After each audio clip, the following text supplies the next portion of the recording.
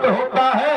अब मैं इनको इनकी प्लान के अनुसार अगर भोजन कराती हूँ शर्त के अनुसार तो मेरा सत्य जाता है।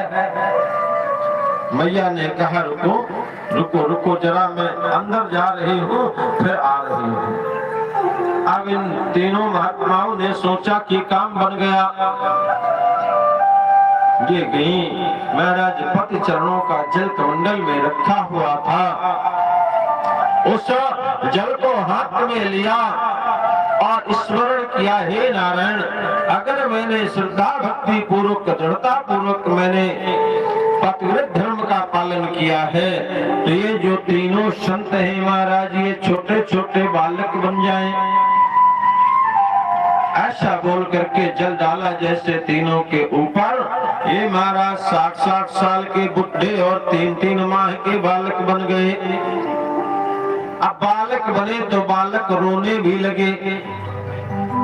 जब बालक रोने लगे उसी समय पर माता अनसुईया का वात्सल्य उमड़ आया और अमृत धारा बहने लगी। तो छोटे बालकों का भोजन क्या है? माँ का दूध।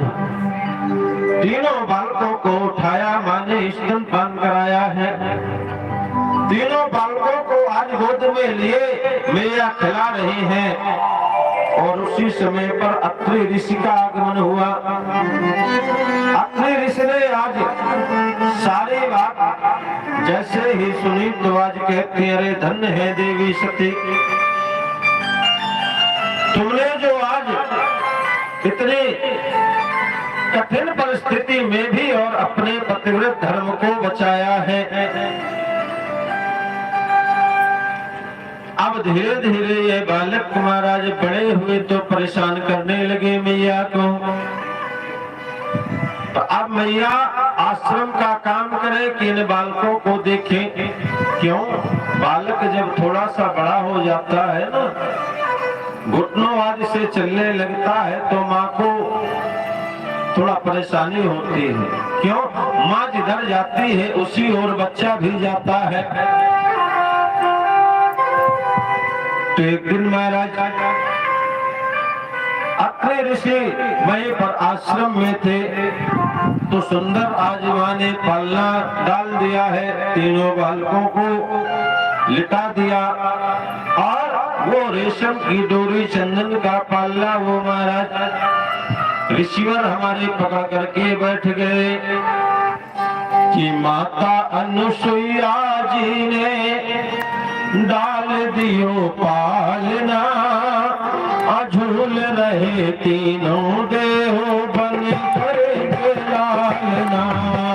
माता अनुसुईया जी ने डाल दियो पालना, झूल रहे तीनों देहो बन कर लालना।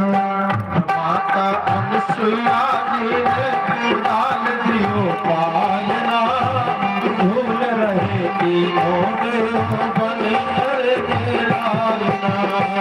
माता अनुसुईया जी ने डाल दियो पालना, झूल रहे तीनों देहो बन कर लालना।